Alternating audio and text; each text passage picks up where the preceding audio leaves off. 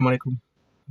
मैं आदिल अज़ीज़ आपकी खिदमत में हाज़िर हूँ। उम्मीद है आप जहाँ भी होंगे खुश होंगे और खैरियत से होंगे।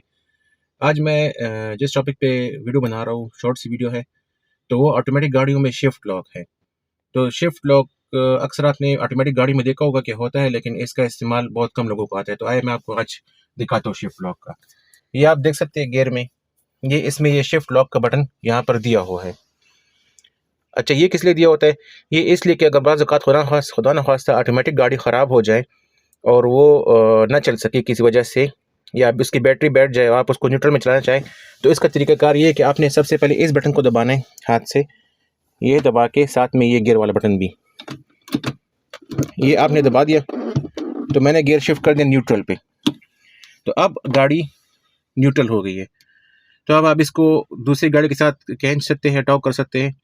तो ये शिफ्ट लॉक का बेसिकली ये फंक्शन है कि अगर गाड़ी की बैटरी काम को छोड़ जाए किसी जगह पे और आप फिर गियर शिफ्ट ना कर सकते हो, तो इसमें शिफ्ट लॉक इस्तेमाल हो। अगर गाड़ी की इलेक्ट्रिशियन वायरिंग में कुछ मसला आ जाए तो शिफ्ट लॉक का बटन इसलिए इस्तेमाल होता है। उम्मीद है ये शॉर्ट सी वीडियो आज आपको पसंद आई होगी। अगर पसंद आए तो मेरे चैनल को लाइक करें, सब्सक्राइब करें और बेल आइकन पर प्रेस करें। शुक्रिया।